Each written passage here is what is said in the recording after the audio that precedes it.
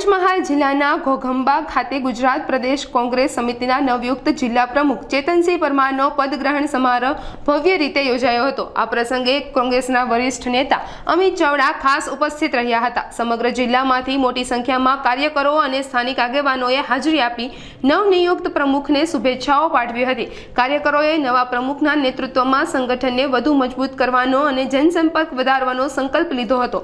સમારોહને સંબોધતા અમિત ચાવડાએ સ્પષ્ટ સંદેશ આપ્યો હતો કે પાર્ટીમાં ખાલી કાર્ડ છાપવાના કે હોદ્દાઓ લેવા માટે નહીં, પરંતુ જે લોકોમાં મહેનત કરવાની ક્ષમતા છે, જે પક્ષના સંગઠનને મજબૂત કરવા માંગે છે અને લોકોના પ્રશ્નો માટે લડવા માંગતા હોય તેવા લોકો પોતાનો બાયોડેટા આપજો, તેમને જ જવાબદારી સોંપવામાં આવશે। આ ભાવનાત્મક પ્રસંગે પાદરા બ્રિજ દુર્ઘટનામાં મૃત્યુ પામેલા દિવંગતોને 2 મિનિટનું મૌન પાળી શ્રદ્ધાંજલિ પણ અર્પણ કરવામાં આવી હતી।